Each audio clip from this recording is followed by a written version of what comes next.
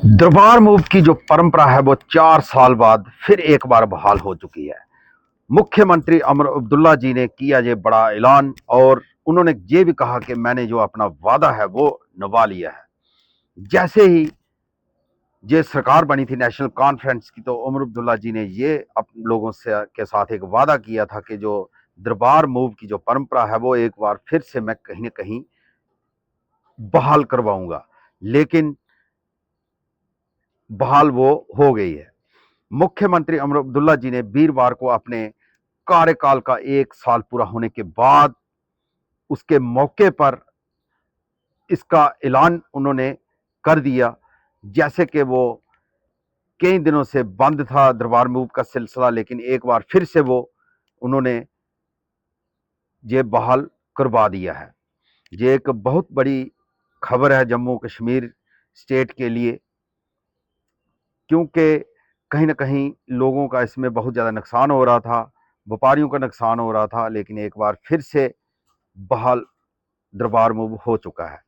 केंद्र शासित प्रदेश जम्मू कश्मीर में, जैसे कि आप जानते हैं कि 4 साल से वो बंद था, दरबार मूव की जो परंपरा थी वो वीरवार को एक बार फिर से, मैं आपको बता दूं कि वो बहाल हो चुकी है। और मुख्यमंत्री अमर अब्दुल्ला जी ने वीरवार को अपने कार्यकाल के 1 साल पूरा होने के मौके पर इसका ऐलान भी कर दिया है।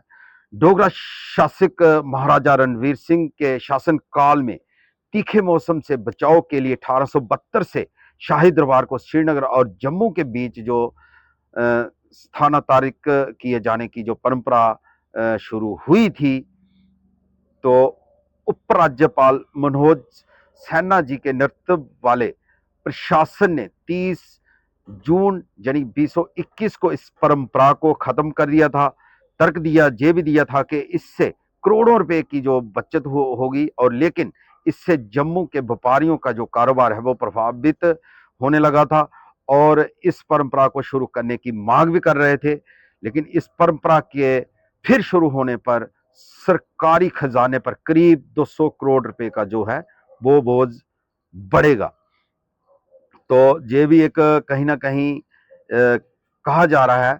और मैं आपको बता दूं कि जम्मू कश्मीर में अपनी सरकार का जैसे ही 1 साल इनका पूरा हुआ, तो अमर अब्दुल्ला जी ने जम्मू में प्रेस कॉन्फ्रेंस की और उसी प्रेस कॉन्फ्रेंस ने उन्होंने दरबार मूव बहाल करने का जो वादा किया था वो पूरा किया।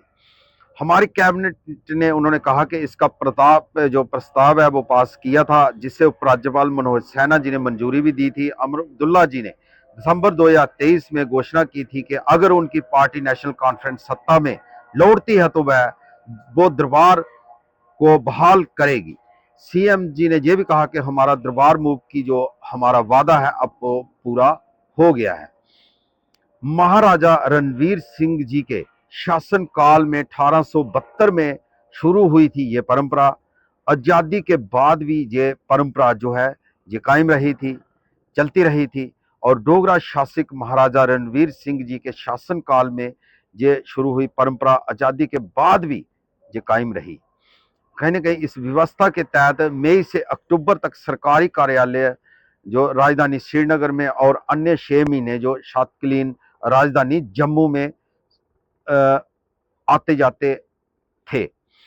इस प्रक्रिया में लगभग 10,000 जो कर्मचारियों के साथ साथ रिकॉर्ड कंप्यूटर्स और बाकी फर्नीचर्स की जो आवाजाही है वो भी शामिल थी।